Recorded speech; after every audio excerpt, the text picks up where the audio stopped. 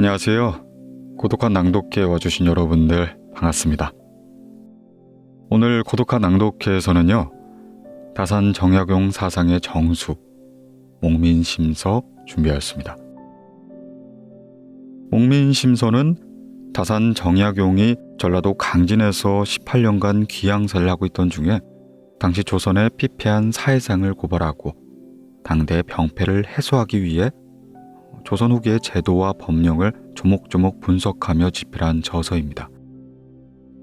총 48권 16책의 방대한 저작으로 부인부터 율기, 봉공, 애민, 이전, 병전과 형전을 거쳐 공전, 진왕, 해관 등 모두 12부로 구성되어 있죠. 이 12부가 각자 다시 6조로 나누어져서 모두 72조로 편제가 되어 있습니다. 목민심서의 구조는 지방간으로 나아가는 부임에서 시작해서 임무를 마치고 귀환하는 해관으로 끝이 나는데요. 조선 후기 백성들의 생활상을 고발하고 또한 구체적으로 그려내면서 이를 토대로 현 정책의 문제와 관료로서 가져야 할 덕목과 의지들을 저술한 저서입니다. 이 목민심서의 목민은 임금과 관료들이 백성을 다스려 기른다는 뜻인데요. 책을 저술하면서 자신의 덕을 쌓기 위한 것이지 꼭 목민하기 위해서만은 아니라는 말과 함께 18년간 귀양사를 하면서 백성을 기르고 싶은 마음은 있으나 몸소 행할 수 없는 처지에 있음에 심서라는 책 이름을 지었다고 합니다. 오늘날에도 목민심서는 독자들로 하여금 참된 지식이 무엇인지를 느끼게 해주는데요. 오늘 낭독회를 통해 다산 정약용 선생의 주옥 같은 가르침을 한번 느껴보는 시간이 되었으면 좋겠습니다. 네, 그럼 조선 후기 실학자 정약용이 목민관, 수령이 지켜야 할 지침을 밝히며 관리들의 폭정을 비판한 저서 목민심서. 오늘 고독한 낭독회에서 잠시 만나보시죠.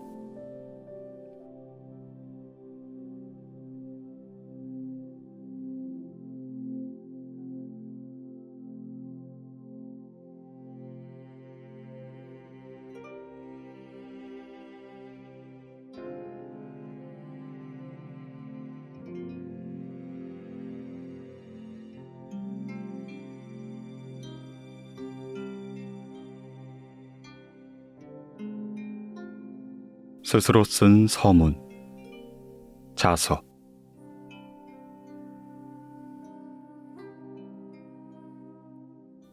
옛날에 순임금은 요임금에게 왕의 자리를 이어받은 후에 12주의 목에게 백성을 잘 기르도록 가르쳤고, 문왕은 정치제도를 확립하면서 사목을 두어 이를 목부라고 불렀다. 맹자는 평육에 갔을 때 백성을 기르는 걸 가축에게 꼴을 먹여 기르는 것으로 비유했다. 이처럼 백성을 기르는 것을 가리켜 목이란 것은 성현에 남긴 뜻이었다. 성현의 가르침엔 원래 두 가지의 길이 있다. 사돈, 만백성을 가리켜 각기 자신의 몸을 닦도록 하였고, 태학에선 왕족이나 고위 관료의 자제들을 가리켜 각기 자신의 몸을 닦고는 백성을 다스리도록 하였다. 백성을 다스린다는 것은 백성을 기르는 것을 뜻한다. 그러므로 군자의 배움은 몸을 닦는 것이 반이고 백성을 기르는 것이 반인 셈이다. 성현의 시대와는 멀리 떨어져 있고 그 말도 희미해진 까닭에 성인의 도가 이젠 거의 없어지게 되었다. 그래서 오늘날의 백성을 기르는 자들은 오직 자신의 이익을 취하는 데만 급급할 뿐 백성을 잘 기르는 방법을 알지 못한다. 이 때문에 백성들은 공궁하고 병들어 쓰러져 구멍을 메우는데도 백성을 기른다는 자들은 좋은 옷에 맛있는 음식으로 살을 찌우니 이 어찌 슬프지 않은가. 나의 선친께서는 조정에서 후한 대우를 받아 두 현의 현감, 한군의 군수, 한부의 부오도사, 한주의 목사를 지냈는데 이 모두 공적이 있었다. 비록 나같이 어리석은 사람도 따라다니며 조금 배워들은 것이 있었으며 조금 깨달은 것이 있었으며 물러나 시험해보고는 조금 징험한 것이 있었다. 허나 얼마 안가 귀양살이하는 몸이 되어 쓸모가 없게 되었으니 변방에서 귀양살이하며 있은 지 18년 오경과 사설을 반복하여 연구한 끝에 몸을 닦는 학문을 익혔다.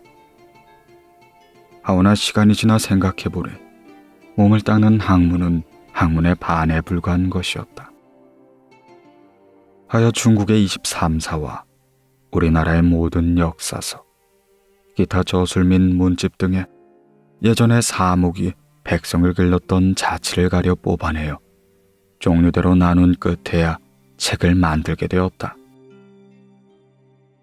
남쪽의 변방에서는 토지에 부과하던 세금이나 공물을 간사하고 교활한 나전들이 농간하여 그 폐단이 극심하게 일어났다. 나의 처지가 이미 낮아져 이런 일들을 들은 것이 매우 상세하게 이를 데가 없으니 이 또한 분류하여 나의 견해를 덧붙였다. 이는 모두 12편으로 되어 있는데 일부는 임지에 도착하기, 부임, 2부는 자기를 다스리기, 율기, 3부는 공물을 받들기, 봉공, 4부는 백성을 사랑하기, 애민, 5부에서 10부까지는 육전에 관한 것이고 11부는 어려울 때 도와주기, 진황, 12부는 관직에서 물러나기, 해관이라 하였다. 12편은 각자 6조씩 있으므로 목민심서는 모두 72조로 되어 있다.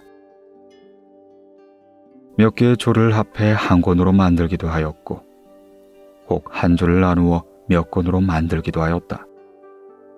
그리하여 총 48권, 하나의 저서가 됨이라. 이 비록 시대에 따르고 습속을 쫓았으므로 위로 선왕의 법규와 맞지 않는 면도 있을 것이다.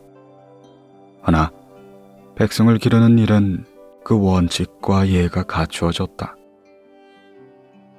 고려 말에 처음 오사로 수령을 평가하였고 우리나라에서도 그 제도를 따라하다 후에 7사로 늘렸는데 이것은 이른바 큰 방향만을 독려한 것뿐이다. 하오나 수령의 직무는 법전에 의거하지 않는 것이 없다. 여러 조목을 일일이 열거해 주어도 오히려 직무를 제대로 이행하지 못할까 두려운데 하물며 수령이 스스로 살펴 행동하길 바랄 수가 있겠는가? 이 책은 처음과 끝 2편을 제외하곤 나머지 10편에 나열된 조목만 해도 60조가 된다. 하오니 진실로 어진 수령이 자신의 직무를 다하려고 생각한다면 방향은 잃지 않을 것이다. 옛날에 부염은 이현보를 짓고 유인은 범법을 지었으며 왕소는 독단을 짓고 장영은 계민집을 지었다. 진덕수는 정경을 짓고 호태초는 선을 지었으며 정한복은 황태편을 지었다. 이것은 모두 백성을 기르는 것에 관한 책이다. 하오나 오늘날의 이 책들은 거의 전해지지가 않고 오직 음란한 말과 기이한 구절만 세상에 횡행하고 있으니 내 책인들 어찌 전해질 수가 있겠는가. 하오나 주역에 이르기를 예전에 말과 지나간 행정을 많이 알아 자신의 덕을 쌓는다고 하였다. 이 책은 진실로 나의 덕을 쌓기 위해서 지은 것일 뿐 어찌 꼭 백성을 기르는 데에만 한정된 것이겠는가. 책의 이름을 심서라고 한 것은 무슨 까닭에서인가. 백성을 기르고 싶은 마음은 있으나 몸소 행할 수 없는 처지 있기 때문에 내 이 이름을 지은 것이다. 순조 21년 신사년 늦봄, 열수 정약용은 쓴다.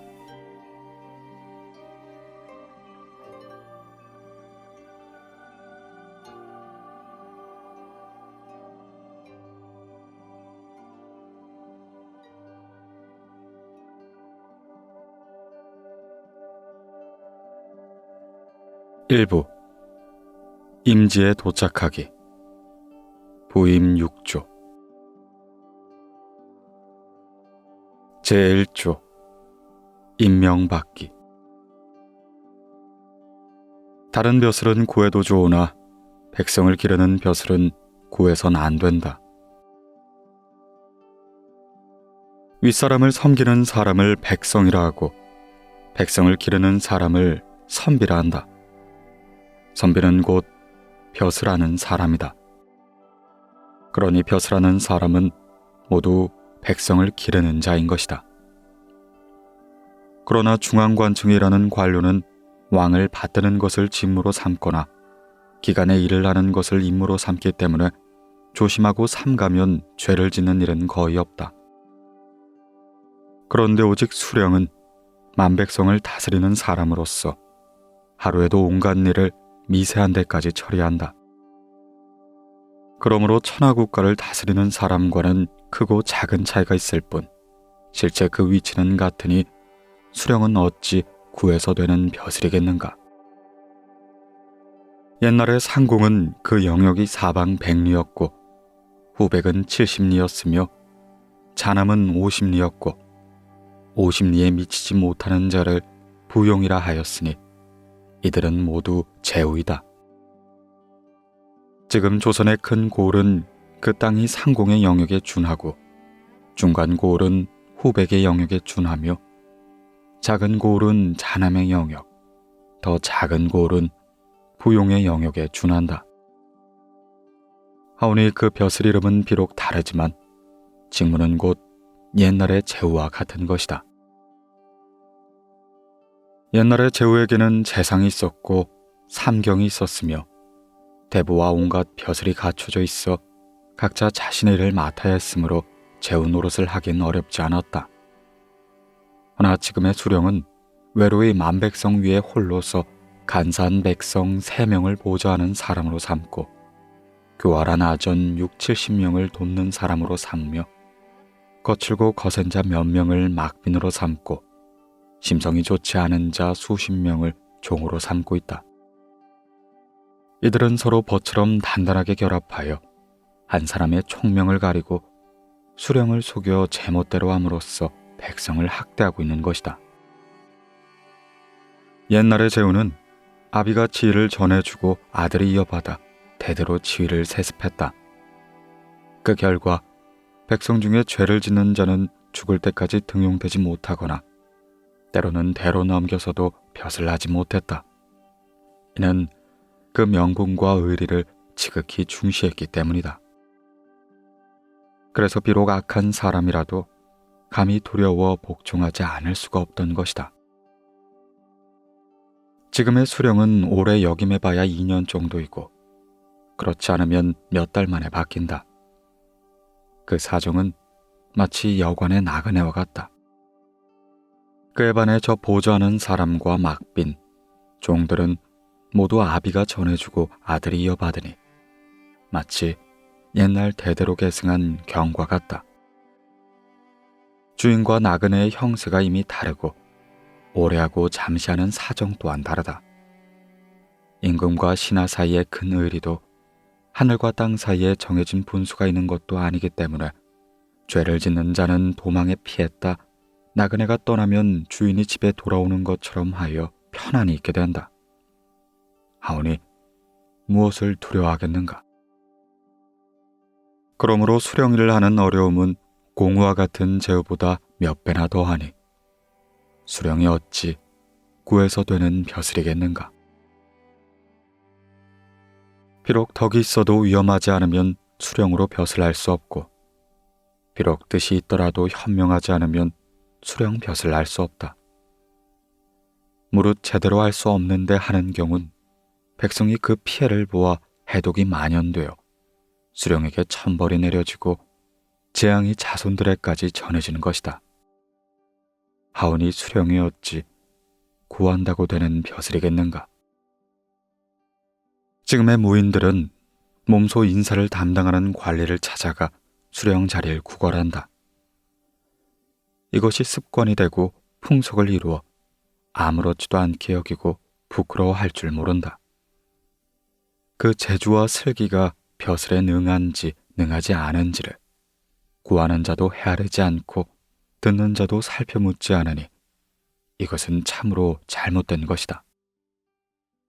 문신 가운데 홍문관이나 승전원에 있는 자들에겐 고을살이를 구걸하는 법이 있다. 아래에서는 그 효성으로 구걸하고 위에서는 그 효성이 이치에 맞다고 여겨 고을살이를 허락한다. 하오니 그 습속은 오래되어 풍속을 이루고 그것은 당연한 것이 되었다. 그런데 중국의 순임금 때나 하은주 시대엔 결코 이러한 일이 없었다. 집안은 가난하고 어버이는 늙었는데 끼니를 잇기 어려운 자는 참으로 그 사정을 불쌍히 여길 만하다. 그러나 천하의 마땅한 이치로 보면 벼슬을 위하여 사람을 택하는 경우는 있어도 사람을 위하여 벼슬을 택하는 경우는 없다. 그러니 한 집안을 봉양하기 위해 만백성의 수령자를 구하는 것이 어찌 옳은 일이겠는가. 신하가 된 자에게 만백성을 다스리는 걸 구걸하여 자신의 부모를 봉양하는 것은 이치에 어긋난다. 임금이 된 자가 만백성을 다스리는 것을 허락하여 그 부모를 봉양하게 하는 것도 이치에 어긋난다. 만약 재주를 품고 백성을 다스리는 방법을 잘 아는 사람이 스스로 자신의 공량을 헤아려 백성을 다스릴 수 있다 생각하여 임금에게 글을 올리고 한 고을을 다스리길 구걸한다면 이는 괜찮은 것이다. 그런데 한갓 집안이 가난하며 어버이가 늙고 끼니를 잇기 어렵다는 이유로 글을 올려 한 고을의 수령이 되길 구걸한다면 이는 이치에 어긋나는 일이다. 옛날엔 대개 경연에 참여하는 신하로서 평소에 백성들의 신망을 받는 사람이 우연히 한번 고을살이를 구걸하면 조정에서는 이 사람을 파견하되 그 능력에 대해 걱정하지 않았고 고을 사람들은 이 사람을 얻는 것을 기뻐하였다. 그런데 후대 사람 가운데는 재주도 없고 덕도 없는 사람이 이 사실을 끌어들여 전례로 삼았고 집안이 가난하지 않고 끼니도 이을 만한 자가 염치 없이 고을살이를 구걸하니 이것은 과연 예법에 맞지 않는 일이다. 하오니 반드시 이러한 전철을 밟아서는 안 된다. 임명을 받은 직후에 재물을 함부로 써서는 안 된다. 수령의 복록은 월별로 책정되지 않는 경우가 없고 그 액수를 자세히 나눠보면 일별로 책정되지 않은 경우가 없다. 무릇 그 재물을 쓸 때가 아닌데 쓰는 건 탐욕을 부릴 조짐이다. 수령이 임지에 도착하지 않은 채 벼슬을 바뀌는 경우는 모두 그 복록을 나눠주지 않는 상태이다. 몸이 아직 서울을 떠나지 않았는데 어찌 고을의 재물을 쓸 수가 있겠는가. 부득이하게 쓰는 건 웬 함부로 써서는 안 된다.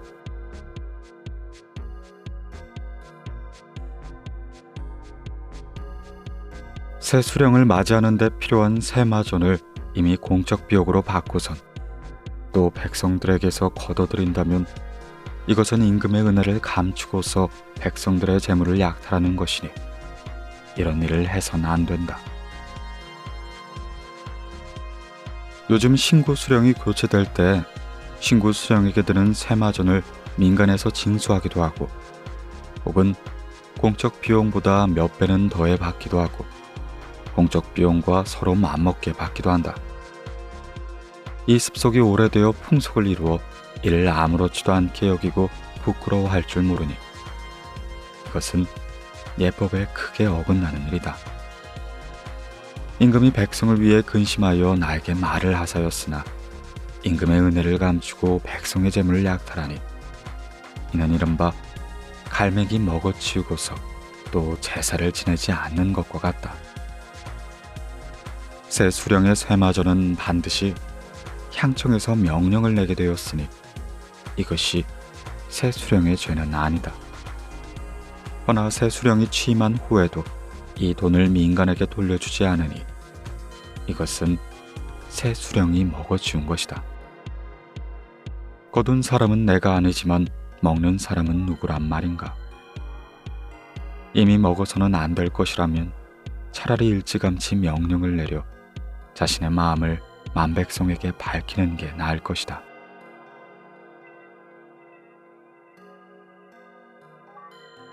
제2조 행장 꾸리기.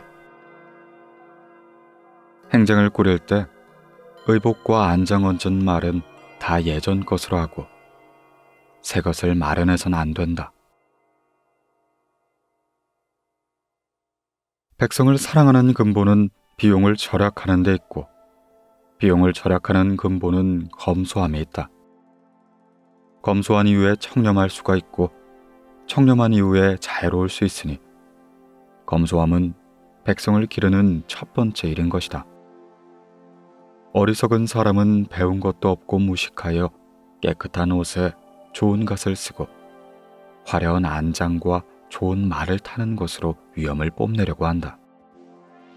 그러나 나이든 아전들은 수령을 볼 때 먼저 그 의복과 안장 얹은 말을 묻고는 만약 사치하고 화려하다면 피 굽고는 알만하다라고 하고 만약 검소하고 소박하다면 놀라면서 두렵구나 라고 한다. 거리의 아이들은 부러워하지만 아는 사람들은 그것을 더럽게 여기니 화려하게 꾸미는 것이 도대체 무슨 이익이 있겠는가?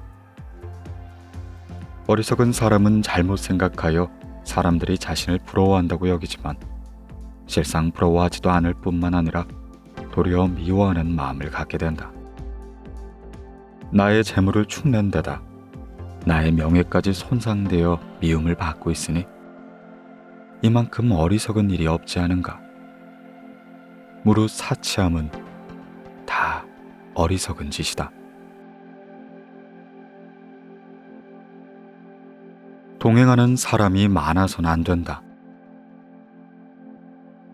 자제 한 명 정도는 따라가도 된다. 근래 풍속에 이른바 채객이란 게 있어 회계를 담당하는데 이것은 예법에 어긋나니 마땅히 두지 말아야 한다. 만약 나의 글씨체가 거칠고 보기에 좋지 않다면 한 사람만을 데리고 가 서기를 맡기는 것이 좋다. 겸인은 관청의 존벌레이니 절대로 데리고 가서는 안 된다.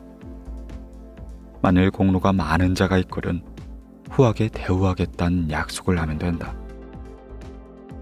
노복은 데리고 가서는 안 된다. 다만 한 명 정도는 부녀자의 행차 때 따라가도록 한다.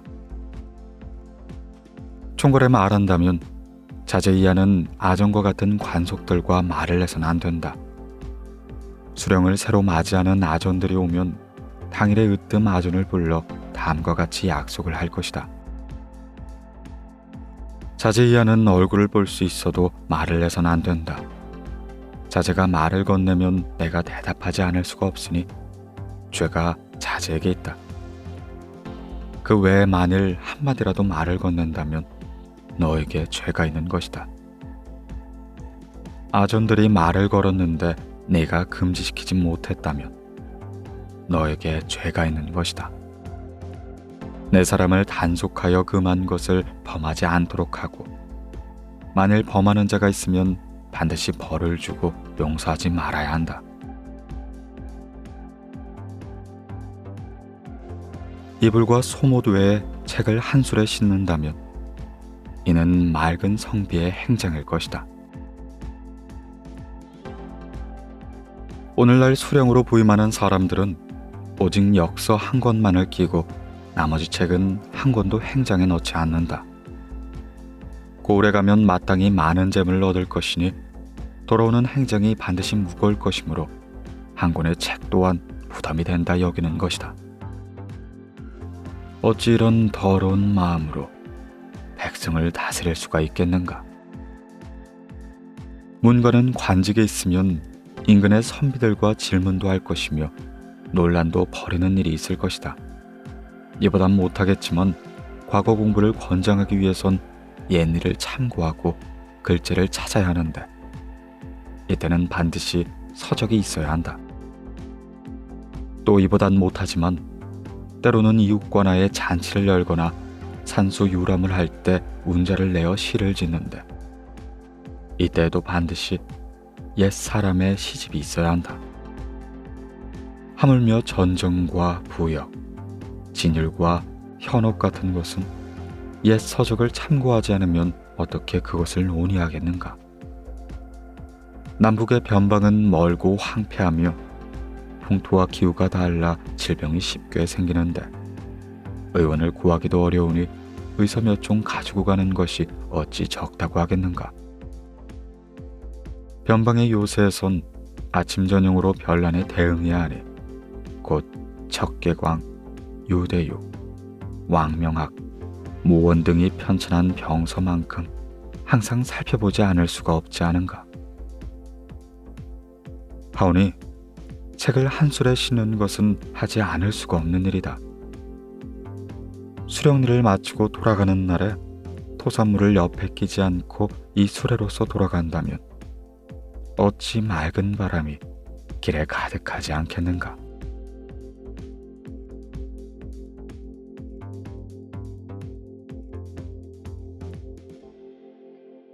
제3조 조정의 하직하기. 사헌부와 사간원의 관원으로부터 자격심사인 서경을 받고 나면 곧 임금에게 하직 인사를 드린다. 속대전엔 다음과 같이 규정되어 있다.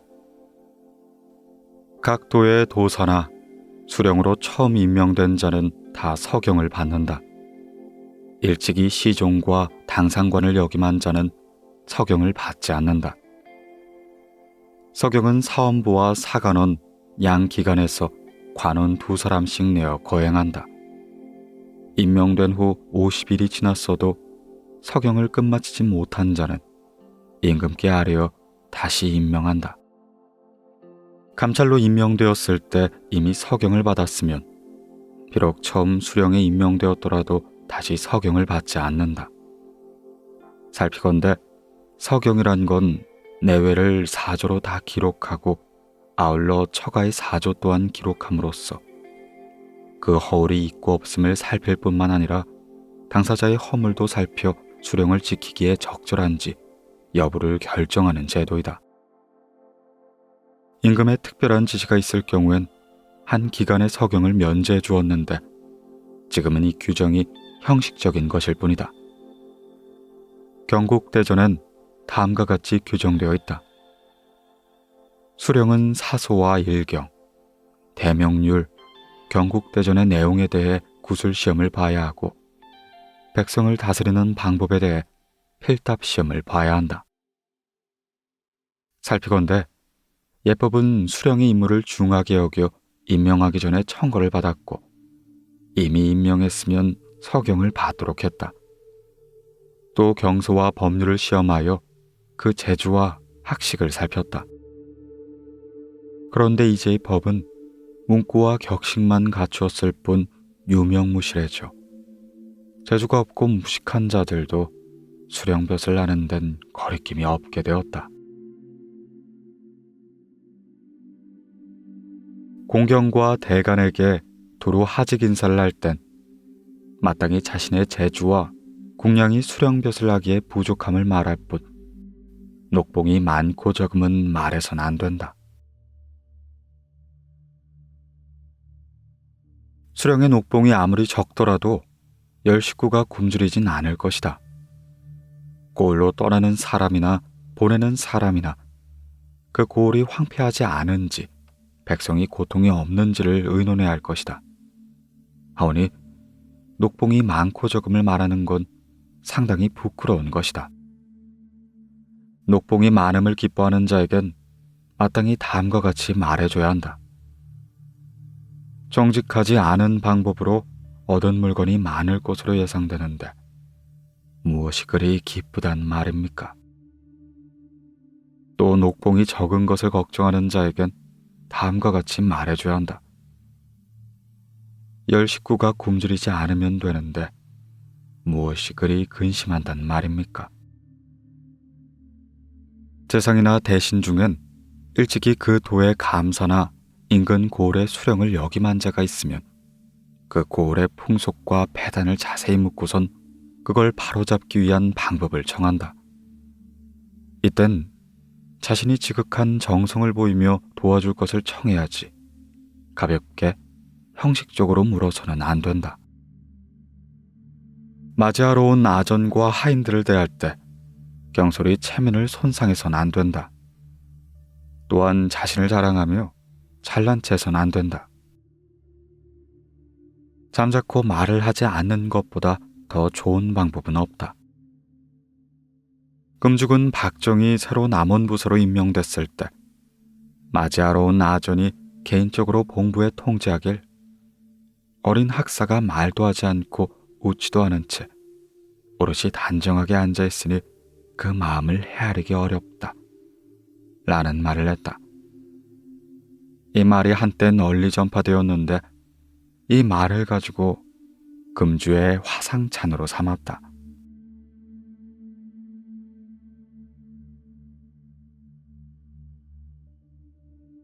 제4조 부임 행차하기.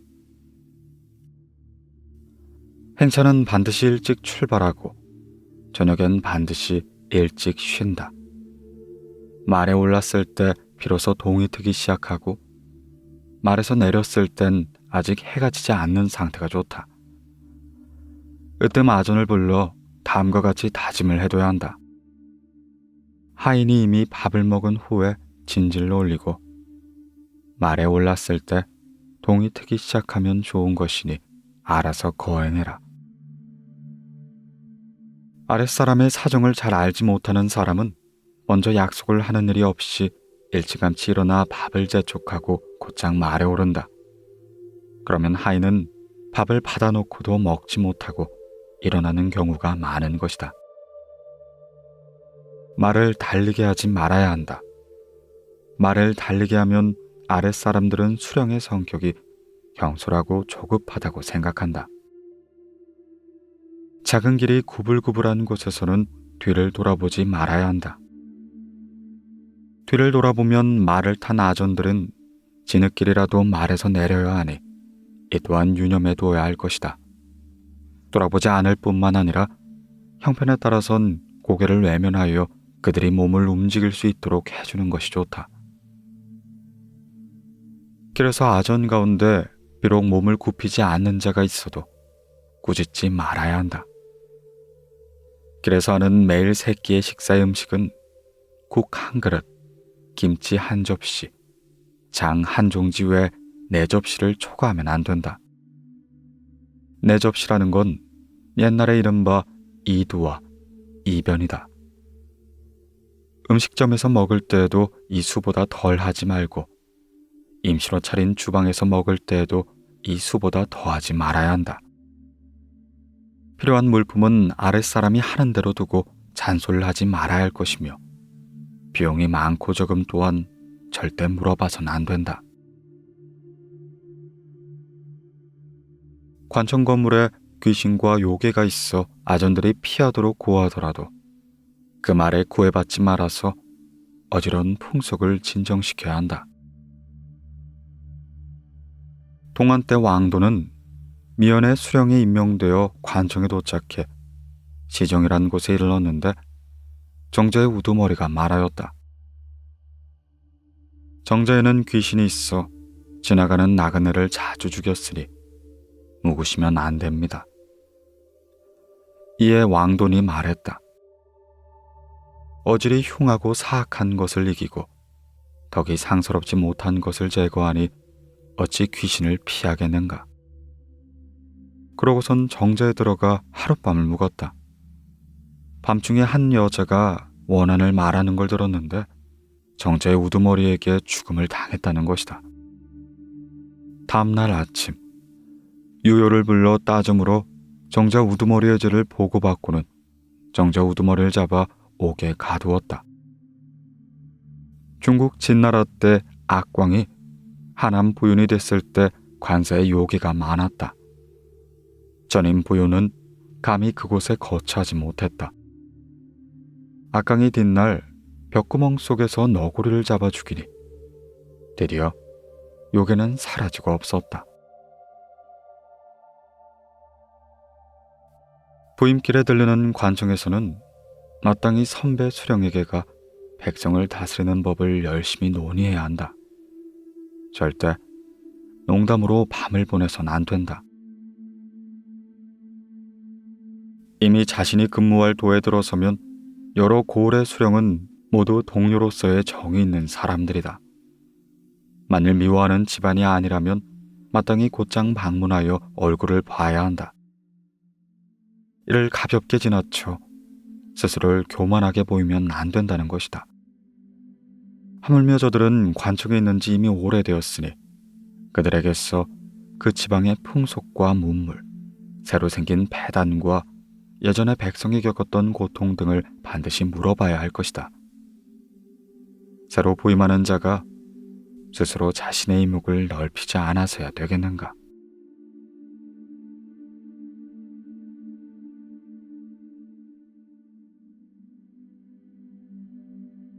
제5조 취임하기. 취임할 때의 길을 고를 필요는 없고 비가 올 경우에만 계기를 기다리는 것이 좋다.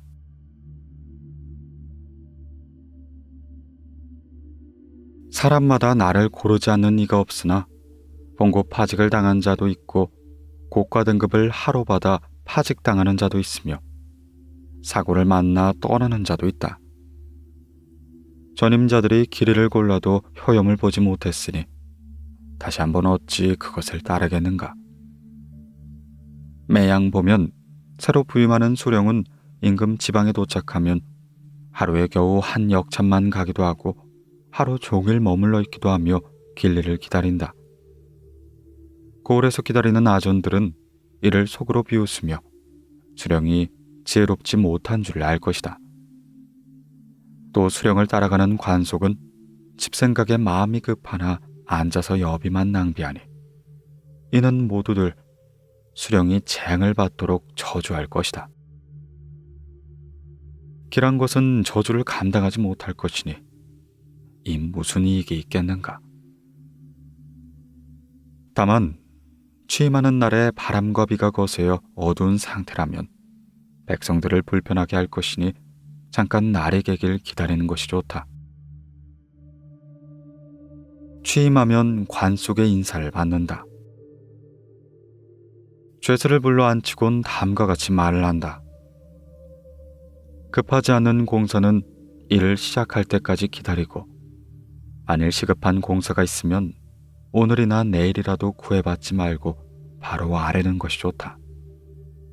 관청이 굉장히 아름다워도 좋다는 말을 하지 말고 관청이 너무 낡았어도 누추하다는 말을 말아야 한다.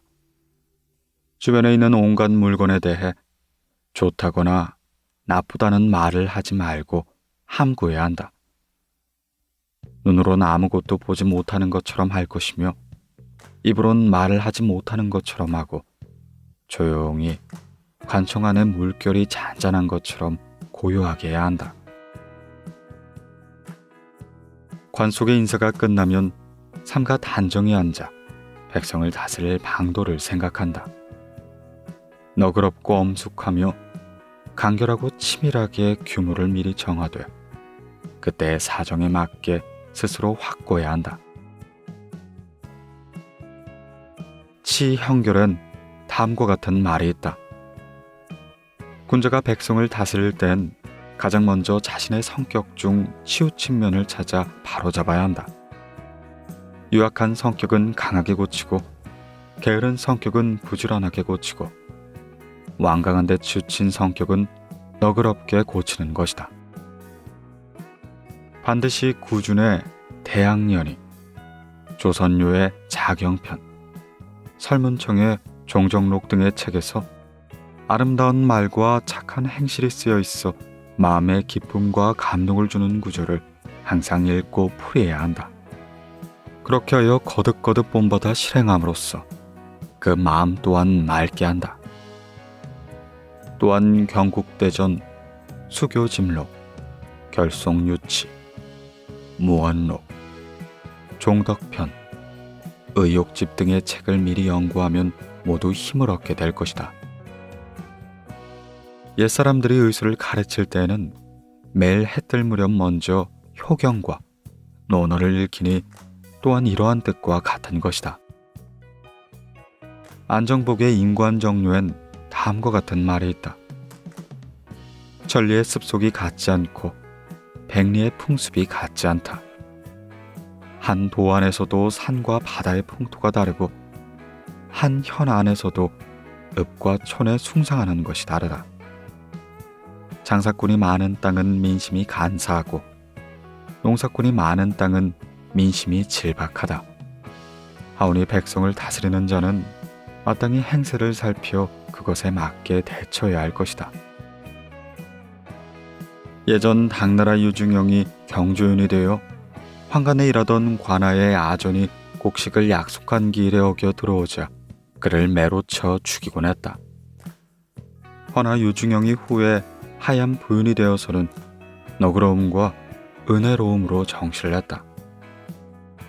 어떤 사람이 경사했을 때와는 같지 않다고 말하니 유중영은 수도의 백성을 다스릴 땐 강압을 우선으로 삼아야 하고 시골 백성을 다스릴 땐 은혜와 사랑을 우선으로 삼아야 한다 라는 말을 꺼냈다. 당나라의 최연은 섬이라는 지방을 관용으로 다스리고 악이라는 지방을 위엄으로 다스렸다. 섬지방은 땅이 메마르고 백성이 가난하니 그들에게 동요가 생길까 우려하여 어루만져 다스린 것이고 악지방은 땅이 비옥하고 백성들이 사나우니 위엄이 아니면 다스릴 수가 없다 라는 말을 하였다. 장영이 촉지방을 다스릴 땐 처음엔 위엄으로써 하고 두 번째 부임에선 위엄 대신 관용으로 다스렸다. 이러한 일들은 모두 그 지방의 습속에 따라 다스림에 변화를 줄 것을 안 예들이라 할 수 있다.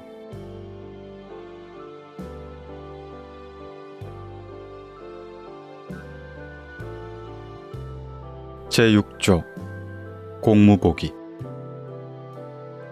이튿날 새벽 관청에 나가 앉아 공무를 본다.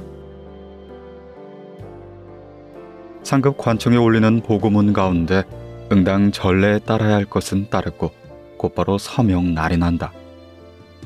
이치를 따져봐야 할 것은 반드시 아전들의 초안을 바탕으로 문장을 완성하고 글씨를 다시 쓰게 한다. 민간에 내리는 명령은 한 글자 반 구절도 함부로 서명 날인해서는 안 된다. 반드시 다음에 나오는 6전 36조를 살펴 하나하나 조사하여 그 가운데 털끝만큼도 강교한 속임수가 없음을 분명히 확인한 후에 서명 날인을 하는 것이 좋다.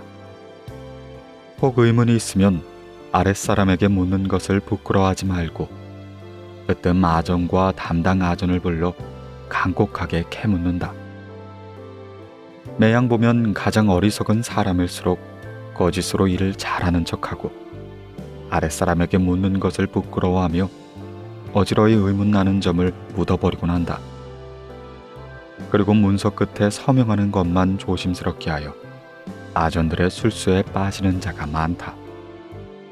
혹 담당하는 고을에 잘못된 전례가 전해진 지 오래됐고 전혀 이치에 맞지 않으며 그 기한이 촉박하지 않은 경우엔 잠시 서명 날인을 하지 말고 고치기를 꾀해야 한다.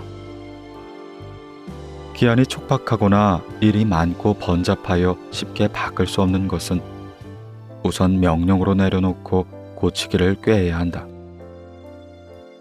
부임하는 길에 죄를 지은 자는 이날 문초하여 다 훈계한 후에 반드시 매로 다스릴 필요는 없다. 혹 용서할 수 없는 자는 가두고서 훗날을 기약한다. 무릇 취임한 지 10여일 동안은 형벌을 내릴 필요는 없다. 그리하여 안팎으로 매우 너그러운 사람이고 사납지 않은 사람으로 소문난 것이 좋다. 이날 사족과 백성들에게 명령을 내려 고질적인 병폐를 묻고 의견을 구한다. 다스리는 지방의 사림과 여러 계층의 백성들에게 공문을 내려 다음과 같이 말한다.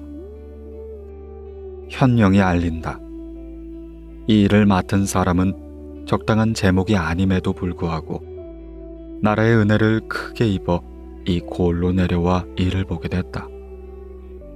만일 옛날부터 전해오는 폐단과 새로 생긴 병폐 때문에 백성을 고통으로 빠뜨리는 것이 있다면 각 동네에서 일을 잘하는 사람 대 6명이 한 곳에 모여 주목을 들어 상의하고 문서를 갖추어서 오라. 한 방이나 한 충만의 고통은 각각의 하나의 종이에 쓰되 그것을 하나의 문서로 갖추어 지금부터 7일 이내에 제출해야 한다. 혹여 아전이나 궁교나 도가 들으면 싫어할 것임에 호환이 있을까 염려하여 분명히 말하기 꺼려하는 것을 고을 수령이 부임하여 묻는 본뜻이 아니다. 각각 얇은 종이에 풀칠하여 봉하고 바깥에 표시해 두고서는 다같이 아무날 정오에 함께 고을에 들어오고 함께 관아의 뜰에 들어와 수령 앞에 친히 제출해라. 만약 읍내에 들어와 오래 머물면서 문서의 내용을 고치거나 삭제하는 간사한 백성이 있다면 반드시 엄한 벌에 처할 것이다. 캐무는 것은 쉬워도 고치는 것은 매우 어렵다. 고칠 것이 있으면 고치고 고쳐선 안 될 것이 있으면 그대로 따르면 될 뿐이다. 오늘에 들떠서 경거망동하지 말고 다른 날에 혹 실망하지도 말라.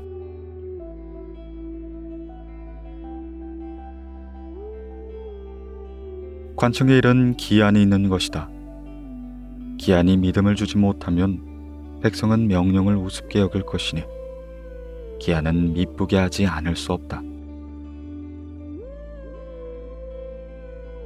무릇 백성을 다스리는 법은 반드시 먼저 약속을 분명히 하여 이를 3번, 5번 거듭거듭 알리고는 반드시 그 기한을 여유 있게 할 것이다. 명령을 융통성 있게 한 후에 어기는 자가 있다면 약속대로 벌을 주어도 불평하는 말이 없게 될 것이다. 호태초는 다음과 같이 말하였다. 무릇 일에 믿음이 없으면 성사되지 않는다. 하물며 한 고을의 일이 지나치게 많고 또 한 번 내린 명령에 그 위험이 서려있지 않은 데다 기한까지 믿음을 주지 못한다면 어찌 명령을 행해줄 수 있겠는가. 그러므로 그 기한을 경고히 하는 것보단 우선하는 것이 없어야 한다. 그러나 사람마다의 사정은 각각 다르므로 2번을 알리고 3번을 알리되 3번을 알렸어도 실행하지 않다면 그 벌은 엄하게 해야 할 것이다. 또 다음과 같이 말했다. 형과의 거리가 50리 이상은 기한을 7일로 하고 50리가 안 되면 5일을 기한으로 한다. 먼저 거리에 가깝고 멀음을 살펴 미리 규칙을 세워야 한다. 또 일찍하는 관청의 아전으로 하여금 책상에 붙어있게 해 곧바로 그것을 기록하게 해야 한다. 그렇게 한 후에 그것을 비치해 두고 참고하여 규칙을 어기는 자에겐 벌을 줘야 한다. 치연결엔 다음과 같은 말이 있다. 그림 속의 강줄기와 산줄기는 실물과 매우 닮게 그리도록 하고 동서남북과 그 사이의 방위, 즉 서북, 서남, 동북, 동남의 방위를 각각 표시하여 면 이름과 리 이름 또한 각각 써놓는다. 사방 도로의 거리와 여러 마을에 있는 집의 많고 적은 모양, 큰 길, 작은 길, 다리, 나루터, 고개, 객점 사찰을 다 뚜렷이 보이도록 작성해야 한다. 이것으로 백성들의 습속을 살피고 인정을 알 수 있고 또한 아종과 백성이 왕래하는 길을 알 수 있을 것이다. 생각건대 이 지도는 가장 기묘한 것이다. 본 현에 만약 화공이 없다면 인근 현에서 데려오되 그림 솜씨가 좋지 않더라도 해로움은 없을 것이다. 반드시 노련한 향임, 아점, 포교 등을 관장하여 지도를 그리도록 해야 한다. 우리나라의 지도는 땅의 길고 짧은 것에 상관없이 다 내 모양으로 만들어져 쓸모가 없다. 반드시 먼저 경의성을 그어놓고 매양 1칸을 심리로 하여 동쪽으로 100리의 거리가 있으면 10칸을 동쪽에 그리고 서쪽으로 10리의 거리가 있으면 1칸을 서쪽에 그린다. 또한 굳이 현의 관아가 중앙에 자리할 필요는 없다. 100가구가 있는 고을 다 그리긴 어려워도 반드시 조밀한 모양으로 그려 그곳이 큰 마을임을 알게 해야 한다. 한두 가구가 산과 골짜기에 끼어 있는 것도 누락시키지 말고 그곳에서 인적이 있음을 알게 해야 한다. 근 기와집도 각각 표시하여 그곳이 부호의 집이라는 것을 알게 하는 것이 좋다.